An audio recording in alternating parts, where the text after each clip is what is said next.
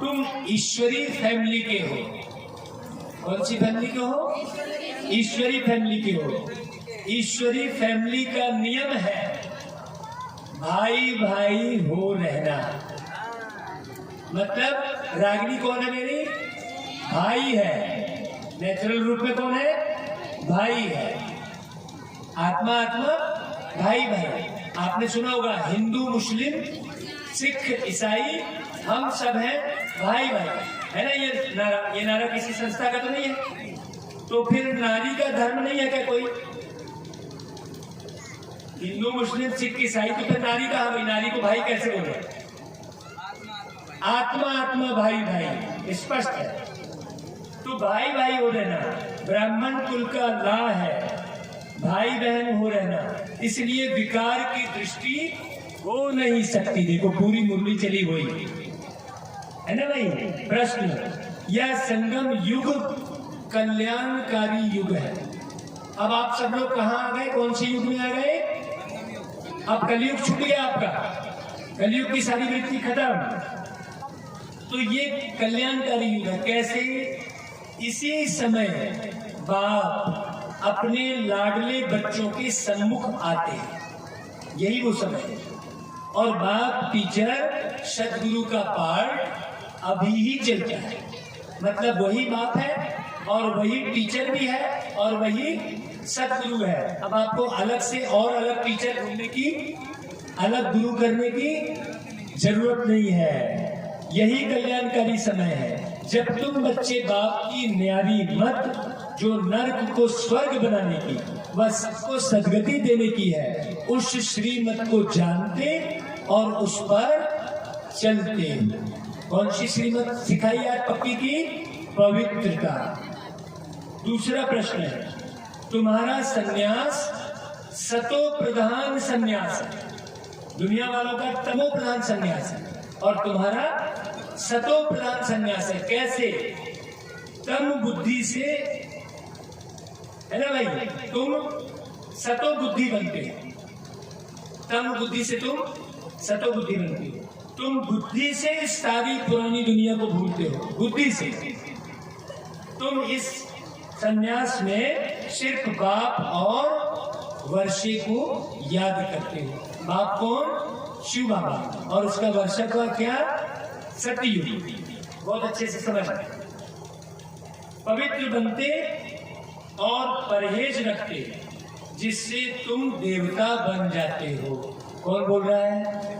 देखिए, पवित्र रहते, देखो शब्द भी आया, पवित्र बनते और परहेज रखते हैं। ठीक है ना भाई? काम वासना का, क्रोध का, लोभ का परहेज करते। परहेज किसका करना है? अन्न का परहेज नहीं करना है ना भाई? अन्न फल फ्रूट तो बढ़िया खाना है। दुनिया में उल्टा पुरस्कार करा है, भूखे रहने के लिए कह दिया। नहीं, परहेज किसका करना है? विषय विकारों का परहेज करना है। तो परहेज करते तुम देवता बन जाते हो। उनका सन्यास है हद का, हद का सन्यास है, और तुम्हारा बेहद का है। उनका बेहद का सन्यास नहीं है। ओम शांति। गीत बजा भोलेनाथ से निराला कोई और नहीं, ये गीत है। पहले पहले बाप बच्चों को समझाते हैं। क्या समझाते हैं? कि अपने को आत्मा समझ बाप को याद कर। 5000 वर्ष पहले भी बाप ने कहा था कि मन मना भव, देह के सब संबंध छोड़ो, अपने को अशरीरी आत्मा समझो। सभी अपने को आत्मा समझते हो? पूछ रहे बाबा। प्रश्न है, सभी अपने को आत्मा समझते हो? जिसने अपने को दीनदयाल नहीं समझा, आत्मा समझा, वो पवित्र बिल्कुल रह जाएगा। सीधी सी बात। आत्मा समझा तो पवित्र रहेगा, शरीर समझा तो नहीं रहेगा। अपने को शरीर समझना ही अपवित्रता है। अपने को शरीर समझना ही अपवित्रता है। सोचो कितनी बड़ी बात है, बहुत अच्छे से समझना। अपने को कोई परमात्मा तो नहीं समझते हो? आज के प्रश्न कर रहे बाबा। गाते भी है पाप आत्मा, पुण्य आत्मा, महात्मा, गाते भी है। महान परमात्मा नहीं कहते हैं, आत्मा महान बनती है, परमात्मा तो नीचे गिरता ही नहीं, तो महान की कोई बात ही नहीं है। परमात्मा की कभी हार होती नहीं, तो भगवान की जय बोलने की जरूरत ही नहीं है, सोचने की बात है। बाबा कहता है आत्मा पवित्र बनती है तो फिर आपको शरीर भी पवित्र मिलता है। खाद आत्मा में पड़ती है, जितनी भी खाद पड़ी है गंदगी किसमें है? आत्मा में। बाबा कहता है बाप बच्चों को युक्ति से बैठ समझाते हैं, यह तो जरूर है कि आत्म रूप में हम सब भाई भाई हैं और शरीर के संबंध में आए तो भाई बहन हो गए, है ना भाई। अब कई युगल बैठे हैं, उन्हों को कहें कि अपने को भाई बहन समझो तो बिगड़ पड़ेंगे। हाँ, परंतु यह लॉ समझाया जाता है कि हम एक, अब आप मंदिर में जाते हो तो पत्नी भी एक ही मूर्ति को बोल रही है, तुम्हें वो माता च पिता तू मेरा। पत्नी बोल रही है तुम्हें वो माता च पिता, पति भी बोल रहा है उसी मूर्ति को तुम्हें वो माता च पिता तू मेरा। तो क्या हुआ? सोचो, भक्ति में भी तो तुम बोल रहे हो ना, दोनों एक ही जन को माँ बाप बोल रहे हैं, तो माँ बाप के बच्चे क्या हुए? बहुत अच्छे समझना। अब कई है ना, परंतु यह ना समझाया जाता है कि हम सब आत्माओं का बाप एक है, तो भाई बहन भी नहीं कहेंगे, क्या कहेंगे? आत्माओं का बाप एक है तो भाई भाई कहेंगे। फिर मनुष्य तन में आते हैं तो प्रजापिता ब्रह्मा द्वारा रचना रचते हैं, तो जरूर उनकी मुख वंशावली आपस में भाई बहन ठहरे। सब कहते हैं कि परम पिता परमात्मा बाप है ही स्वर्ग का रचयिता, हम उनके बच्चे हैं, तो क्यों ना हम स्वर्ग के मालिक बने। भाई जब हम बच्चे हैं तो नरक में क्यों पड़े रहे, हम स्वर्ग के मालिक बने। परंतु स्वर्ग तो होता ही कहां पर है? स्वर्ग कहां होता है? सतयुग में। कलयुग में अब हम समझते हैं कि जिसके पास भौतिक साधन सुख सुविधा है वो स्वर्ग में है, लेकिन आप देखो करोड़पति बीमार रहता है, गोलियां खा खा के चलता है, कहाँ स्वर्ग में है? तो आपस में लड़ाई झगड़ा ही चल रहा है उनके घर में, पैसों की लड़ाई, तो कहाँ से स्वर्ग में है? सोचने की बात है। बाबा कहता है सतयुग ही स्वर्ग है। ऐसे नहीं कि बाप कोई नई सृष्टि आकर रचते हैं, पुरानी सृष्टि को ही बाबा नया बनाते हैं। बाप तो आकर पुरानी को नया बनाते हैं, अर्थात इस विश्व को बदलते हैं। तो जरूर बाप यहाँ आया है, ये पक्का हो रहा है कि नहीं? बाप आया है, भारत को स्वर्ग का वर्षा दिया है, उसका यादगार सोमनाथ का मंदिर सबसे बड़ा बनाया है। बरोबर भारत में एक देवी देवता धर्म था और कोई धर्म नहीं था, और सभी बाद में वृद्धि को पाए हैं। तो जरूर बाकी सभी आत्माएं कहाँ होंगी भाई? जब एक धर्म होगा धरती पर, तो बाकी सब आत्माएं कहाँ होंगी? कहाँ होंगी? सब ऊपर निर्वाण धाम में होंगी। आज से 100 साल पहले इतनी जनसंख्या थी क्या? तो कहां से आ गई? बिना आत्मा के तो जन्म होगा नहीं, केवल शरीर तो जन्मेगा नहीं, तो आत्माएं ऊपर से जरूर आई ना भाई, है कि ना?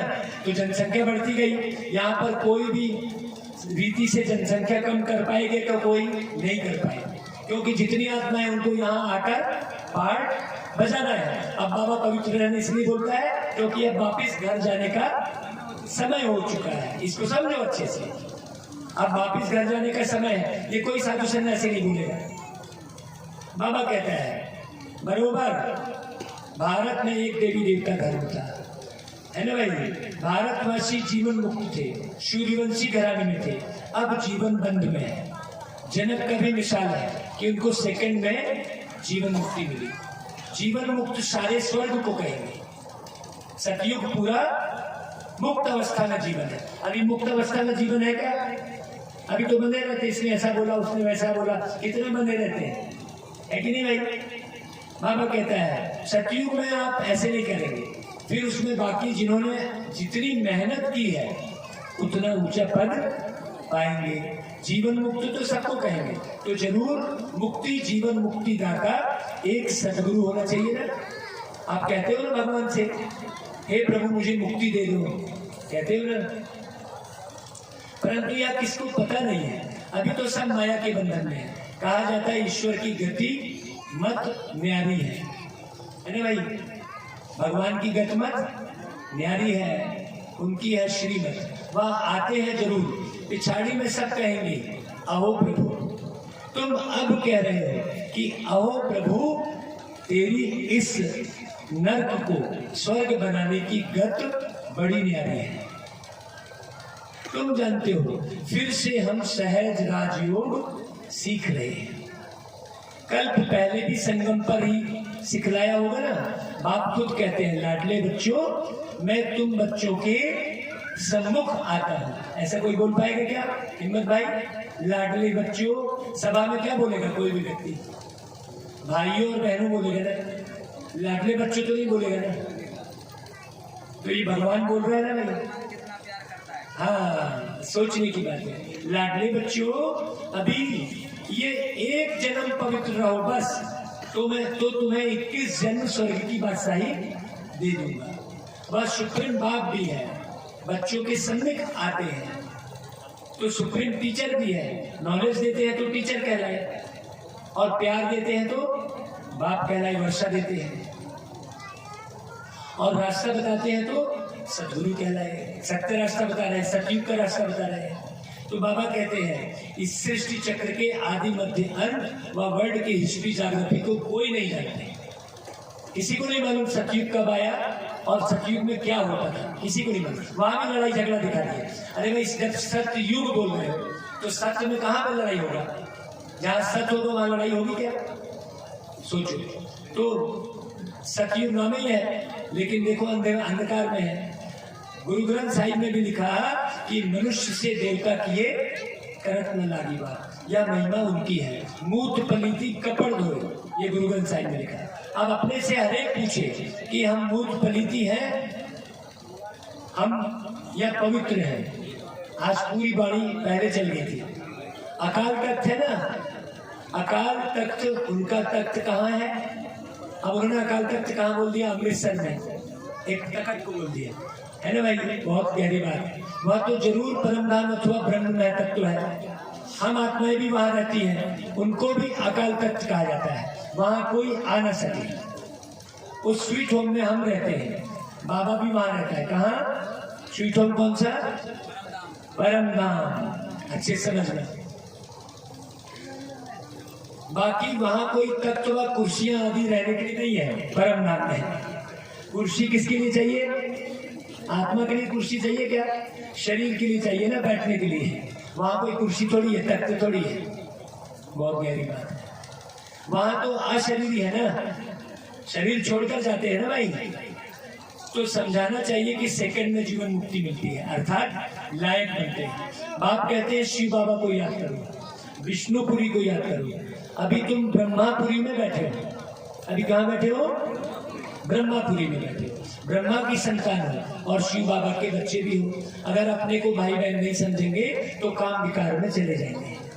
पूरी मुरली वही चल रही है जो बाबा पहले ही पूरा चला दिया।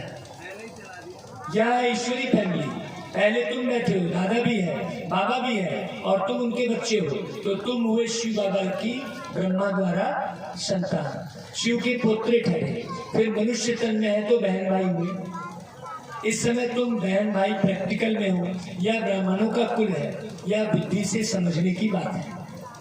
जीवन मुक्ति भी सेकंड में मिलती है। बाकी मर्तबे तो बहुत है, वहां दुख देने वाली माया तो होती नहीं। ऐसे नहीं कि सतयुग से लेकर कलयुग तक रावण को जलाते रहेंगे।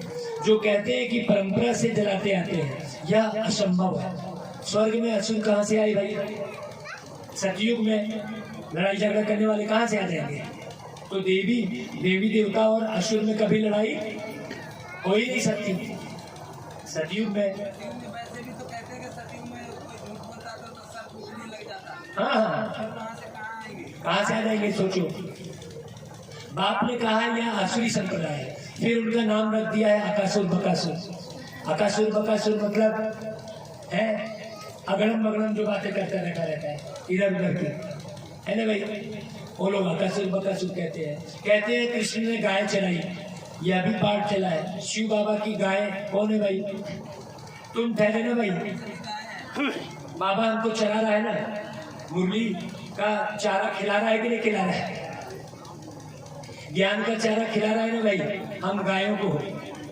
देखो तो शिव बाबा सबको ज्ञान घास खिलाते हैं। घास खिलाने वाला, परवरिश करने वाला तो एक शिव बाबा है। मनुष्य मंदिरों में जाकर देवताओं की महिमा गाते हैं, क्या बोलते हैं? आप सर्वगुण संपन्न और हम नीच पापी हैं, मुझ निर्गुण हारे में कोई गुण नहीं, ऐसा बोलते हैं ना। अपने को देवता कह नहीं सकते। यहाँ पर अभी बोल सकते हो क्या कोई अपने को देवता? नहीं बोल सकते। असुर नाम मैंने देवता कह ना सके, इसलिए हिंदू कह देते हैं। देखो पूरी मुरली की शुरुआत वहीं से हुई, पूरी मुरली चल गई बिना देखे। बाबा कहते हैं जो मेरी याद में रहेगा वो बिना देखे मुरली चला लेगा। ये प्रैक्टिकल हो गया। असुर नाम भारत है, भारत के लिए भी बोला। देखो भारत के लिए बोला ना, हिंदुस्तान और इंडिया बोला ना। गीता में भी यदा यदा ही धर्मस्य, गीता में हिंदुस्तान तो नहीं कहा है। यदा यदा ही धर्मस्य ग्लानिर्भवति भारतम, देखो वही पूरी मुरली चली भाई। पहले ही मैंने वही बोला ना कि बिना देखे मुरली चल रही है। सोचो, यह है भगवान वाच। भगवान एक निराकार है जिसको सब जानते हैं। स्वर्ग में है सब देवी गुण वाले मनुष्य, उन्होंने ही 84 जन्म लेने हैं। मतलब 84 जन्म किसने लिया तुलसी भाई? कृष्ण जी ने, रामचंद्र जी ने, इन लोगों ने कई जन्म लिए। हाँ, और यहाँ पर जो भगवान को नहीं मान रहा है, नहीं सुन रहा है और करोड़पति है, पूरे सुख में है, वो 1-2 जन्म वाला है। जो ऊपर से पहली बार आएगा उसको अकिचार सुख मिलेगा ना भाई। हमको सतयुग में मिल जाता है, और जो 1-2 जन्म लेता है वो अभी सुख पाता है, चाहे कितना भी गड़बड़ करे फिर यहाँ आके। बहुत सोचने की बात है। तो आप ही पूज्य, आप ही पुजारी। आप कृष्ण के मंदिर में आप जाके पूजा कर रहे हो और आप ही थे कृष्ण कभी। सोचो, जैसे महात्मा गांधी है, शरीर छोड़ के चले गए, अभी कोई ना कोई शरीर में तो होंगे ना, कोई ना कोई नया जन्म तो लिए होंगे ना। और वो किस नाम से होंगे क्या मालूम है? और अपने मूर्ति में माला चढ़ा रहा होगा 2 अक्टूबर को, चढ़ा रहा होगा ना भाई। सोचो, बाबा कहता है ऐसे ही देवी देवता हो गए, आप ही पूज्य, आप ही पुजारी। उनका भी अर्थ होगा ना। नंबर 1 पूज्य है श्री कृष्ण। किशोर अवस्था को सतो प्रधान कहा जाता है, बाल अवस्था को सतो, युवा है रजो और वृद्ध है तमो। देखो कितनी गहरी बात बोली बाबा ने।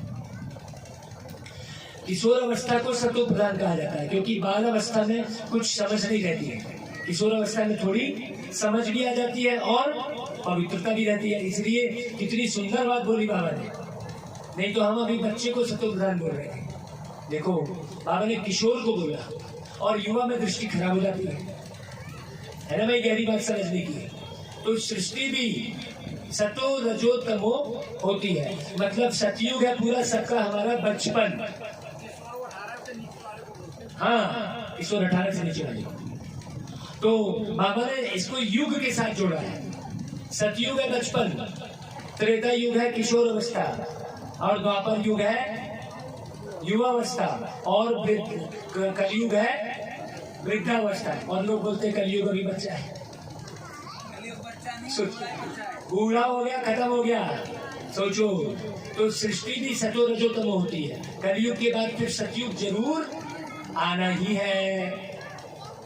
बाप आते ही संगम पर है, तो वो सतयुग बनाता कौन है? सत्यम शिवम सुंदरम।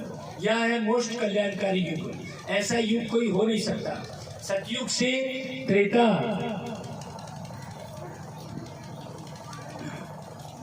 सतयुग से त्रेता, ये थोड़ी ऊपर हो गई बोली।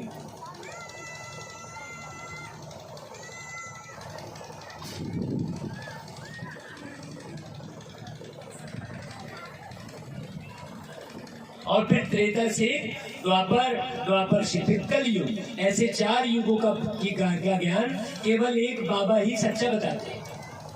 तो बाबा कहते हैं कि भाई स्वर्ग में असुर कहाँ से आए? बाप ने कहा है कि यह आसुरी संप्रदाय है अभी, है ना भाई। स्वर्ग में तो माया होती नहीं, वहां दुख देने वाली। अभी माया किसको समझते हो आप? अभी सब लोग माया किसको समझते हैं? क्यों तुलसी भाई, माया किसको समझते थे? धन दौलत। धन दौलत थोड़ी माया है। सोचो, माया है 5 विकार। दुनिया में सब धन दौलत और रिश्ते नाते को माया समझते हैं। नहीं, रिश्ते नाते तो बहुत जरूरी है। हमारे हिम्मत भाई ने सारे रिश्ते नाते बुलाए, देखो कितना बढ़िया। बाबा कहता है कि माया सतयुग में होती नहीं। ऐसे नहीं कि सतयुग से लेकर कलयुग तक रावण को जलाते रहेंगे।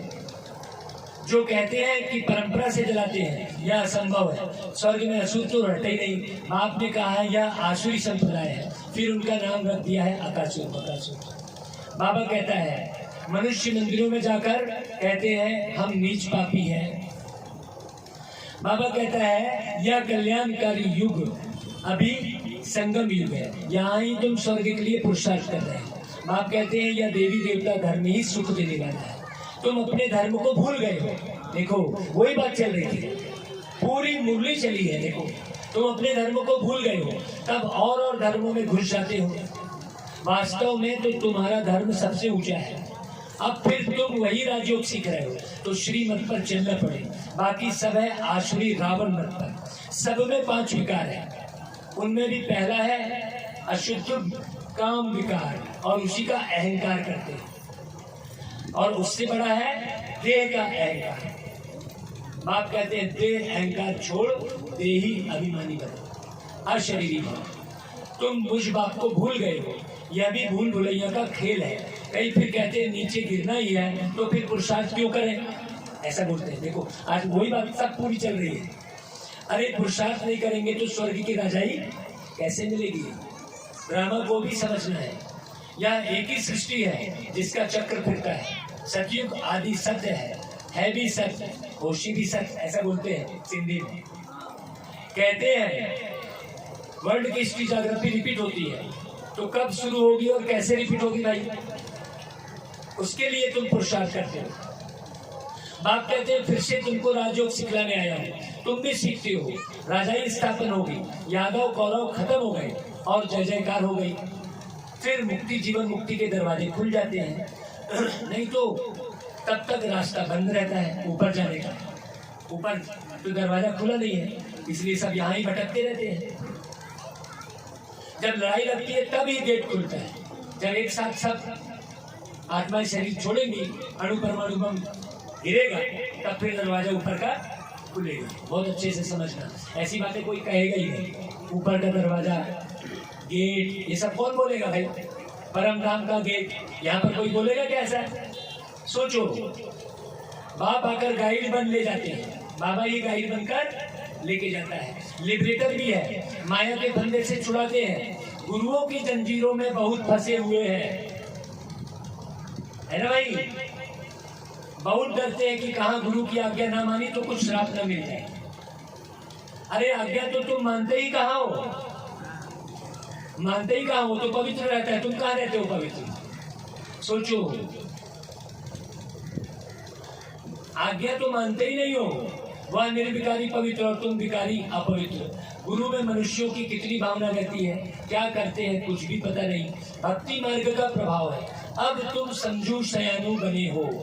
तुम जानते हो ब्रह्मा विष्णु शंकर है सूक्ष्म बदनवासी।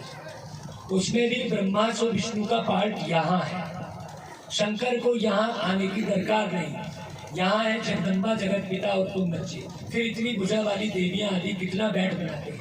अथा चित्र, इतनी भुजा वाली कोई देवी होगी क्या? सोचने की बात है। यह सब चित्र है भक्ति मार्ग के लिए। मनुष्य तो मनुष्य ही है ना भाई। राधे कृष्ण आदि को भी 4 भुजाएं दे देते हैं। दीपमाला में महालक्ष्मी की पूजा करते हैं, वह है 2 भुजा, लक्ष्मी की 2 भुजा नारायण की, इसलिए दोनों की पूजा होती है कंबाइंड रूप में। यह प्रवृत्ति मार्ग है और कुछ है नहीं। काली की जीभ कैसी दिखलाते हैं। अब जीभ निकाल दी काली ने, बताओ। कृष्ण को भी काला बना दिया है। वाम मार्ग में जाने के कारण आत्मा काली हो जाती है, फिर ज्ञान चिता पर बैठने से गोरी बन जाती है। जगदम्बा ऐसी मीठी मम्मा, सबकी मनोकामना पूर्ण करने वाली, उसकी मूर्ति को भी काला बना दिया है। कितनी देवियां बनाते हैं, पूजा कर फिर समुद्र में डुबो देते हैं। पूजा किए, प्राण प्रतिष्ठा किए और खुद ही प्राण हर दिए। सोचो, बड़ी गहरी बात है। बात मत पूछो, बाबा कहता है। तो यह गुड़ियों की पूजा हुई कि नहीं? गुड़ियों की पूजा हुई ना। बाबा कहते हैं यह सब ड्रामा नहीं है, फिर भी होगा। भक्ति मार्ग का बड़ा विस्तार है, कितने मंदिर, कितने चित्र, शास्त्र आदि है। बात मत पूछो। Waste of time, waste of money. मनुष्य बिल्कुल इस समय तुच्छ बुद्धि है, कौड़ी मिसल बन जाते हैं। बाप कहते हैं अब भक्ति मार्ग के धक्के बहुत खाए, अब बाप तुमको इन झंझटों से छुड़ा देते हैं। सिर्फ बाप और वर्षे को याद करो और पवित्र जरूर बनना पड़े, परहेज भी रखनी पड़े, खान पान की भी परहेज रखनी पड़े। नहीं तो जैसा अन्न वैसा, बताइए, पूरी मुरली चल रही है। जैसा अन्न वैसा मन हो जाता है, पूरी मुरली। सन्यासियों को भी गृहस्थियों के पास जन्म लेना पड़ता है। वह है रजो प्रधान सन्यास, सतो प्रधान नहीं हुआ। और तुम्हारा है सतो प्रधान सन्यास। तुम पुरानी दुनिया का सन्यास करते हो, उस सन्यास में भी कितना बल है। प्रेसिडेंट भी गुरुओं के आगे माथा टेकते हैं, है ना भाई। भारत पवित्र था, उनकी महिमा गाई जाती है। भारतवासी सर्वगुण संपन्न थे, अभी तो संपूर्ण विकारी है। देवताओं के मंदिर में जाते हैं जो तो जरूर उस धर्म के होंगे। देखो वही बात बोले, आपके घर में कृष्ण जी की तस्वीर है तो देवी देवता धर्म के होंगे ना भाई। गुरु नानक के मंदिर में जाते हैं तो जरूर सिख धर्म के होंगे ना। परंतु यह सब अपने को देवता धर्म के कहला नहीं सकते, क्योंकि पवित्र नहीं है। अब आप कहते हैं फिर से मैं वेश्यालय को शिवालय बनाने आया हूँ। स्वर्ग में सिर्फ देवी देवता ही रहते हैं, यह ज्ञान फिर प्राय बाद में लोप हो जाता है। गीता रामायण आदि सब खत्म होने हैं, रामानुसार फिर अपने समय पर निकलेंगे वापस। कितनी समझने की बात है। यह पाठशाला ही है मनुष्य से देवता बनने की, परंतु मनुष्य की सदगति कदाचित कर नहीं सकते। अल्पकाल का सुख तो सभी एक दो को देते रहते हैं, अल्पकाल, है ना भाई। यहाँ है अल्पकाल का सुख और बाकी है दुख ही दुख। हाँ, सतयुग में दुख का नाम ही नहीं, नाम ही है स्वर्ग सुखधाम। स्वर्ग का नाम कितना वाला है। बाप कहते हैं कि भल गृहस्थ व्यवहार में रहो, परंतु अंतिम जन्म में बाप से प्रतिज्ञा करनी है। देखो वही सब कुछ कराया भी। सोचो, एक ही मुरली, प्रतिज्ञा करनी है कि बाबा हम आपका बच्चा हूँ, है हम शब्द लगाया है, मतलब हम सब बाबा के बच्चे हैं। या अंतिम जन्म जरूर पवित्र बन पवित्र दुनिया का वर्षा लूंगा। देखो, बाप को याद करना बहुत सहज है। अब हमको याद करने के लिए कोई गीत बजाना नहीं पड़ता। हम तो अभी आपसे बातचीत कर रहे हैं तो भी बाबा की ही याद आ रही है हमको, और किसी की याद आ ही नहीं रही है, क्योंकि सबसे संबंध अब बाबा ही सारा संबंधी हो गया हमारा। अच्छा बोलो फिर बाबा क्या बोले। मीठे मीठे सिख हृदय बच्चों प्रति माता पिता बाप दादा का याद प्यार और गुड मॉर्निंग। रूहानी बाप की रूहानी बच्चों को नमस्ते, और हम रूहानी बच्चों की रूहानी माता पिता बाप दादा को याद प्यार गुड मॉर्निंग और नमस्ते। धारणा के लिए मुख्य सार, देह अहंकार को छोड़ देही अभिमानी बनना है। अब आपका घर किसका घर हो गया भाई? बाबा का हो गया। अब मेरा घर मत बोलना। देखो हमारे हिम्मत भाई ने जगह जगह लगाया है, ये बाबा का घर है ना भाई। आज शरीरी बनने का अभ्यास करना है। ये शरीर रूपी घर भी किसका घर है? बाबा का हो गया। अब इस आंख से गलत दृष्टि नहीं देखना, क्योंकि बाबा बाजू में बैठा है आपके। हाँ, दूसरी बात, ड्रामा को यथार्थ रीति समझकर पुरुषार्थ करना है। ड्रामा को यथार्थ रीति समझना मतलब कलयुग का अभी अंत, ये पूरी सृष्टि अब दैवी सृष्टि में परिवर्तित होने वाली है। इसलिए जल्दी जल्दी पवित्र रहकर दैवी गुण धारण कर लो। ड्रामा में होगा तो करेंगे, ऐसा सोचकर पुरुषार्थहीन नहीं बनना है। भगवान कराएगा तो कर लेंगे, नहीं करना आपको है। भगवान करा तो रहा है मुरली सुना सुना कर। भगवान क्या कर रहा है? देखो हमारा गधा ही बैठा है पूरा, जब से हो गया है कि नहीं भाई? तो करा रहा है ना भगवान। पीछे पड़ा है बाबा मेरे से, मेरे पीछे पड़ा है। उठ उठ बच्चे, जा 5 बजे बैठ यहाँ पर बिल्कुल वहां से उठा के 5 बजे करेक्ट, कोई नहीं आया रहता है। सोचो एकदम एग्जैक्ट 5 बजे बाबा यहाँ लेके आ जाता है। हमने हमारी घड़ी कौन बना दी? हमने बाबा को। बाबा से अच्छी घड़ी कोई नहीं है। आप अलार्म बजाते हो, हमने कभी अलार्म नहीं बजाया। हमारे बच्चे परीक्षा के दौरान मम्मी कहती थी उनकी कि अलार्म लगाना, तो बच्चे वालों क्या बोलते थे? पापा हमारे सबसे बड़े अलार्म है। वो हमको बोलते थे कि पापा हमको 2 बजे उठाना, तो करेक्ट हम 2 बजे उनको उठा देते थे। हम 2 बजे उठ जाते थे, कोई अलार्म नहीं। हमने आज तक जो है गीत सुनकर नहीं उठे, अलार्म बजाकर नहीं उठे। आपका मन सबसे बड़ा अलार्म है और बाबा सबसे बड़ा अलार्म है। अच्छा भाई, अभी क्या लेंगे? हाँ तो चलो ले लो वरदान, सभी रखो। हाँ वरदान ले लो, सभी हाथ सिर पर रखो। संगम युग के महत्व को जान, प्रारब्ध बनाने वाले तीव्र पुरुषार्थी भव।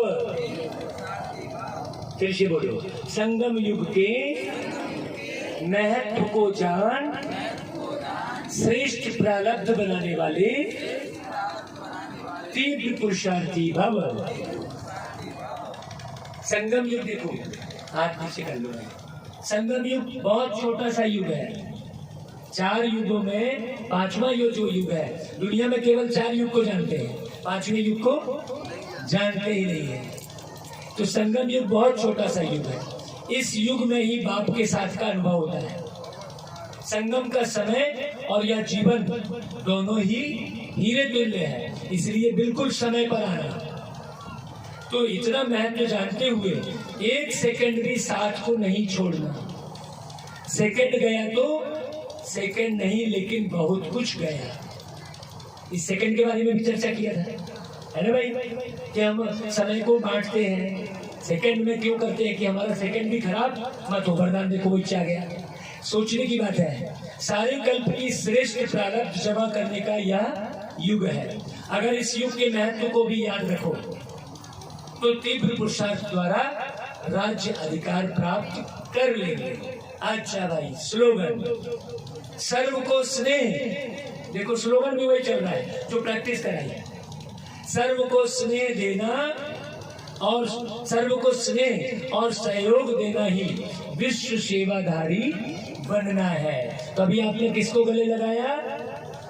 सारे विश्व की आत्माओं को गले लगाया आपने। अच्छा भाई, ओम शांति। कितने बढ़िया लोग हो आप। देखो आज एक